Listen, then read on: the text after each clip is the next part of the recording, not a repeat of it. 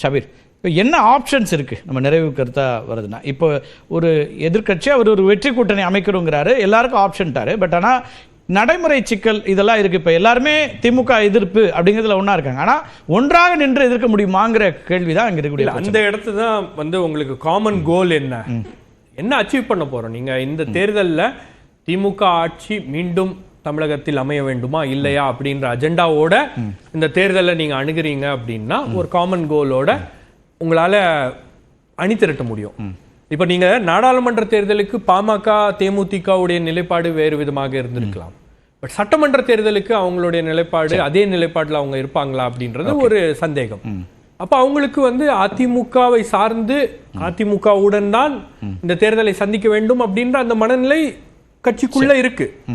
நீங்க என்னதான் சொன்னாலும் நீங்க இப்ப ஒரு சிக்கல் எங்க இருக்குன்னு வச்சுக்கலாம். இப்ப மோடி எதிர்ப்பு பாஜக எதிர்ப்புல தான் திமுக கூட்டணிக்கு ஒரு முக்கியமான ரீசன். எல்லாரும் ஒன்னா இருக்கும், தொடர்ச்சியா இருக்கிறாங்க.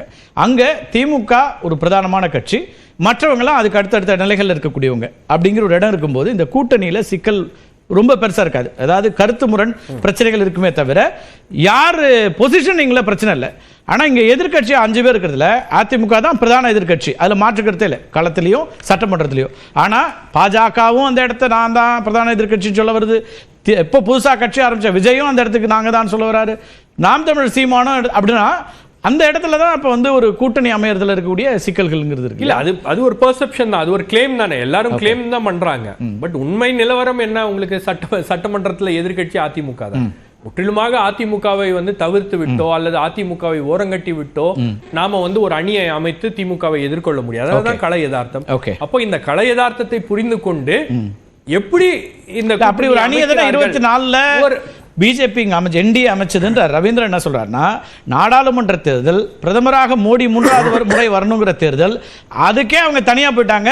இங்க என்ன அவசியம் இருக்கு, இங்க ஏன் பண்ண முடியாது அதிமுக இல்லாமன்னு கேக்குறாரு. இங்க அதுதான் பாஜக இன்னைக்கு 240 நிக்கிறதுக்கு அதுதான் காரணம். ஓகே, அவங்க அந்த வியூகத்தை சரியா வகுத்திருந்தாங்கன்னா அண்ணாமலை செய்த அந்த தவறு இருக்கு இல்லையா, அது பாஜகவுக்கு ஒரு மிகப்பெரிய பின்னடைவை கொடுத்திருக்கிறது. ஓகே, உங்களுக்கு இங்க ஒரு 10 சீட் அதிமுகக்கு வந்திருந்தா, நீங்க அதிமுக பிஜேபி பாமக இவங்க எல்லாம் ஒரு அணி நின்று இருந்தாங்கன்னா திமுகவுக்கு அந்த சந்தேகம் 21 அணி அப்படியே 24 இருந்து 24 இருந்துச்சுன்னா ஒரு 10 தொகுதிகளில் ஒரு மாற்றம் என்பது ஏற்பட்டிருக்கும். சீமான் 12க்கும் போயிருக்கலாம், சுத்தமா பொருந்தா கூட்டணி அடி வாங்கியிருக்கலாம். அது ஒரு யூகம், அவ்வளவுதான். அரித்மெட்டிக் 41 இருக்கு, அரித்மெட்டிக் இருக்குது.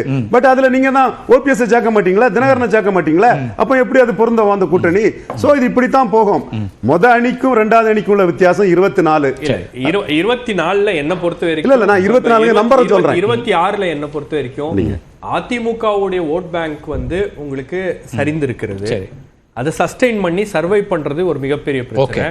இப்ப அந்த ஓட் பேங்கோட ஒரு வலுவான அணியை அமைப்பது எப்படி அப்படின்ற வியூகத்தை இவர் வகுத்தாருன்னா உண்மையிலேயே உங்களுக்கு ஆனா அந்த வியூகம் வகுப்பதற்கும் வெற்றியை நோக்கி போறதுக்கும் சில விஷயங்களை மாற்றிக்கணுங்கிற இடம் இருக்கு. அதை மாற்ற தொடங்கி இருக்காருங்கிறீங்க. ஒரு அணுகுமுறையில ஒரு சேஞ்ச், ஏதோ ஒரு இடத்துல ஒரு சில விஷயங்களை இமீடியட்டா அட்ரஸ் பண்ணணும், அதை வளர விடக்கூடாதுன்னு நினைக்கிறாரு அப்படின்னு நான் பாக்குறேன்.